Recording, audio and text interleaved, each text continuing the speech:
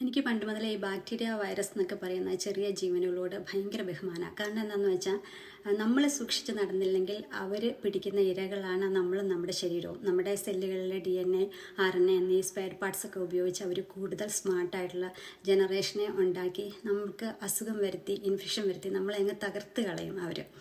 ഇത് പറയാനുള്ള കാരണം എന്താണെന്ന് വെച്ചാൽ ന്യൂ ഇയർ ക്രിസ്മസ് പാർട്ടിക്ക് ശേഷം ഒരുപാട് പേര് വിളിക്കുന്നുണ്ട് സ്ട്രെപ്പ് ത്രോട്ട് ഇൻഫെക്ഷനായി.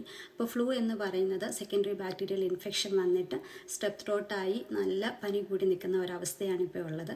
അതിൽ പലരും ആൻറ്റിബയോട്ടിക് കഴിച്ച് തുടങ്ങണോ എന്ന് ചോദിച്ച് വിളിക്കുന്നു. പിന്നെ നാട്ടിൽ നിന്ന് കൊണ്ടുവന്നിട്ടുള്ള ആൻറ്റിബയോട്ടിക് പണ്ട് കൊണ്ടുവന്നത് പകുതി ഇരിപ്പുണ്ടായിരുന്നു, അത് പകുതി കഴിച്ചു, ഇവിടെ നിന്ന് കുറിച്ച് കിട്ടിയത് പകുതി കഴിച്ചു എന്നൊക്കെ പറഞ്ഞാണ്, അല്ലെങ്കിൽ അവരുടെ തന്നെ അസുഖാവസ്ഥ കൂടുതലാക്കിയിട്ടുള്ള സ്ഥിതിയിലാണ് വിളിക്കുന്നത്.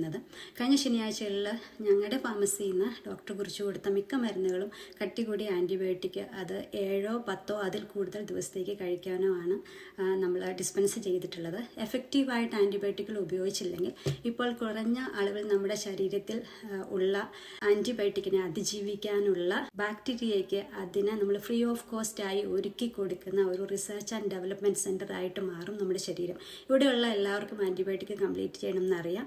നമ്മളും അതുപോലെ തന്നെ ആൻറ്റിബയോട്ടിക് കംപ്ലീറ്റ് ചെയ്യണേ.